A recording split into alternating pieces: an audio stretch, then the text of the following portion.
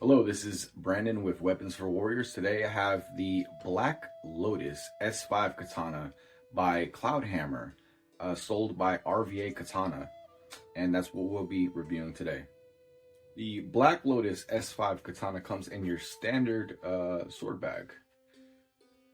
Pretty standard run-of-the-mill sword bag. So let's open it up and see what we've got inside. And this is one of those interesting ones for multiple reasons. And this is the S5 Cloudhammer. Now, I have a little bit of a love-hate relationship with this particular sword here. I love it, and I dislike it also. Kind of hard to see on camera as well, but I will be giving you a close-up look at this sword.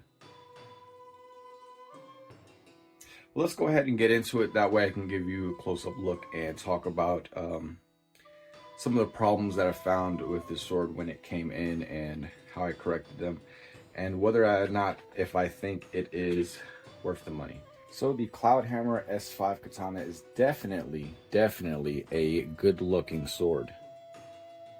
The finish on that saya is awesome. Look at that sparkle, the brilliance. It is a very handsome looking sword, if I say so myself. Now, I do have some of the earlier versions. I think this is the second batch that came out, and there was a few issues. I mean, besides right here where I could possibly darken that up a little bit, I do like this this Manuki here that they have that's not the standard bamboo peg, so to speak. And the leather, man, this is actually really good leather.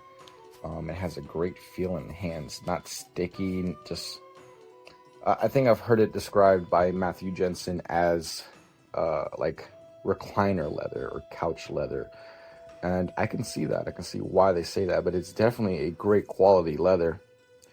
Very smooth looking. So let's start here at the top of the Kashira. And all the fittings, they match fairly well, right? I think they look good, they match well. So one of the issues that I did have, however, with this sword once I got it, is this was, I want to say, not as tight as I wanted it. But that was quickly fixed with a little bit of super glue, and now it's on there rock solid. So, was it gonna fall off? No. I did, however, super glue it anyway, and you can actually see right there where I kind of darkened where the super glue stains were, a little bit with a marker. But honestly, you can't tell. So a little bit of a sort of quality control thing right there, but not a problem. On there solid now. I like the fittings. I like the Suba. I like the Manuki. They're all matching. They look great together. The only other issue that I think I need to mention, well, there's more than one, but let's talk about this shoelace crap here. What is this? I mean, come on, look at that. I understand if you're not a practitioner at all and you just wanted this sword because it's pretty cool but come on, give me a better Sageo, please. This is plasticky shoestring stuff, and at the price of $700, you can get me something a little bit better than that. Now, does this work? Yes. It's not super thick. It's sort of, it's a medium, because I've seen them become thinner. Believe me, I have seen them thinner. But at the price point, I would love to see something a little more expensive. Haven't taken this apart here, but let's see. Yep. Everybody seems to have those issues, except for couple others, but I'm not going to talk about those yet. They did not have that issue.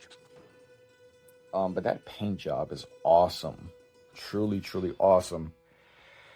A couple other places this fails, though. For me personally, no buffalo horn Koiguchi, no buffalo horn Kojiri. I believe that's what that's called. No buffalo horn. Here at the bottom either. No buffalo horn. This is all straight wood. And like I said, at that point of $700, give me some damn buffalo horn, please. Please, somebody, give me some buffalo horn at that type of price. But that being said, this thing does look pretty freaking cool, right? I mean, look at that thing. It looks pretty sick. Even without the buffalo horn, but I mean, it's a sort of a safety feature. Every single other sword that I own, regardless of price, I have a sword at $300, for example, that has the buffalo horn. At $300, you can give me buffalo horn, and $700 you don't. That's not cool. Cloud Hammer, not cool. But I gotta say, I love the sword, even though it has a couple of faults. One of those faults also being, man, when I got this thing, it was so loose. But now we've got this fixed. Oh, sort of fixed. It's still slightly loose, but way better than it was. Right? It's not going to fall out now. But when I first got it, this thing would just slide right out. And a little bit of a sigh of rattle, right? A little bit, not much. I mean, when you pick the whole thing up, doesn't really rattle. Just here towards the end, which I know how to fix that. I just haven't gotten around to it. But I was going to go over the method I learned to actually fix this so it doesn't fall out. Just for safety reasons. And I actually learned this particular method from Joe Steel 1, also known as JS Bladecraft. Now, that particular method of fixing it includes one of my favorite arsenal weapons here, Gorilla Glue. Gorilla Glue is an awesome product that can be used for many, many things. And I never actually thought about using it in this particular way. And let me show you what I'm talking about. So, the Koiguchi here, oh my goodness, look at that. That is not a great Koiguchi, unfortunately. I mean, I've seen worse, but $700, like I said, come on, give me a break here. Another little small issue that I found, get this thing to focus, is the sword on the inside here. There was rust that was showing up and accumulating over and over and over every time I pull the sword in and out of the saya. But I'll talk about that here in a moment.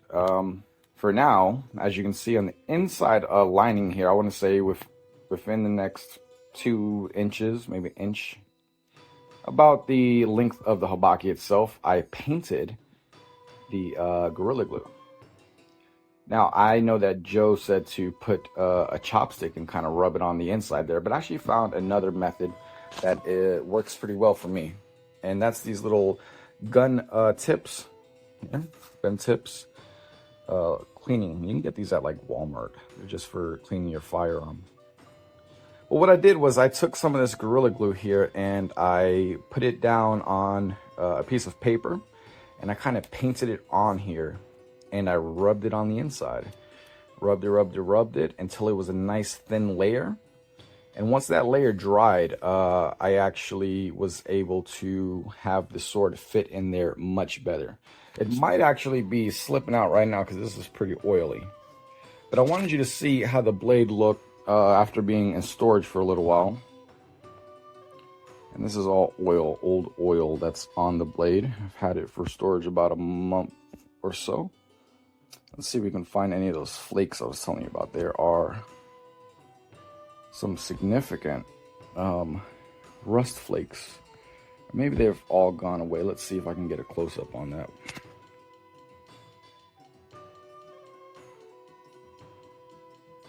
don't see any at the moment. So maybe they've all gone out because I've cleaned it pretty thoroughly. It seems to be pretty good.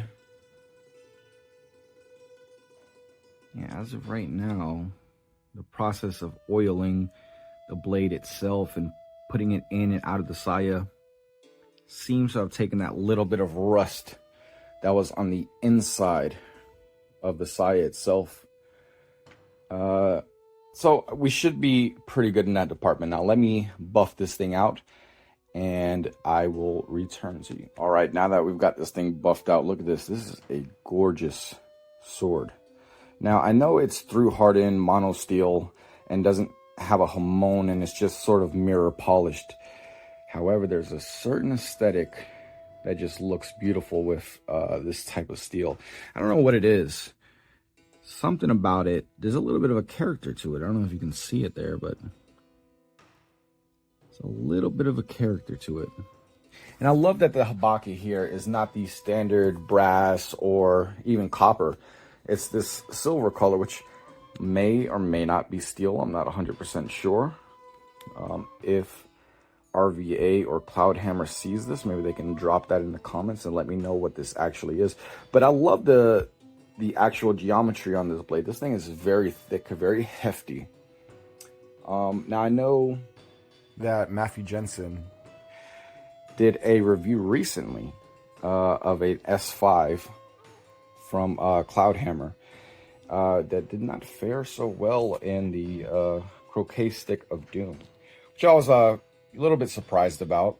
But I mean, beyond that, this seems to be a very durable, robust type of sword, which is right down my alley when it comes to swords. I love a good, robust, strong sword, and that's exactly what it seems like you get here.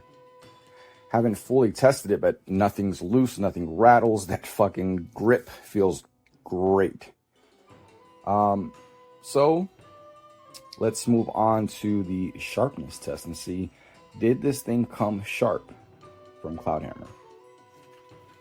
All right, here we are with the paper test. Let's see how it fares. Okay, pretty sharp. Passes the sharp test. So overall, is the Cloudhammer S5 Black Lotus worth the money? I think I would say on this one that depends on what it is that you're looking for. Are you looking for a worker blade, like a workhorse, something that's really thick and robust, something that is no frills, at the same time has a wonderfly comfortable handle, and I mean tight. These diamonds are very uniform and they're very tight. Semigawa's okay, you know how it is with black lacquered Semigawa. Sometimes it's hit or miss. Small nodules on one side, small/medium nodules on the other side. Besides that little issue I had here that super glue fixes, and the fact that the sword was coming out slightly, seem to have gotten that tightened up pretty well. It's a handsome sword. It's a handsome sword. It's definitely a worker. I say I don't regret the purchase. However, some people might not want to do all that extra work and fitting and all this type of stuff to a sword they just paid $700 for. So in that case, I can see why someone might be hesitant to purchase this sword. But overall, I'd say it's pretty good quality. I love the people over at RVA Katana. They are awesome. Customer service is top tier. So yeah, that is my review for the Black Lotus S5 Katana from Cloudhammer Steelworks, sold by RVA Katana. So if you're interested in this sword, go ahead and give them a shout out over on their website and pick one up if they're still available. Last time I saw that they were sold out, but I know they get batches in every once in a while. They also have different variations of this S5 steel swords, much more than they had when I first originally purchased this, which is pretty interesting. I do like how this one looks, sort of dark and gritty, and I like it. Simple. I like those simple type of fittings. This is definitely up my alley. I like it. I like it. I do not regret this purchase. The biggest thing that's killing me, and I'm gonna keep repeating this because it's hurting me on the inside, is the buffalo horn fittings. Give me some buffalo horn, please. Next time, Cloud Hammer, if you would, if you're listening. I know you guys seem to be the type of forge that listens to their customers. Give us some buffalo horn. We really like that stuff. Okay. And yeah, that's it. Hope you enjoyed the video.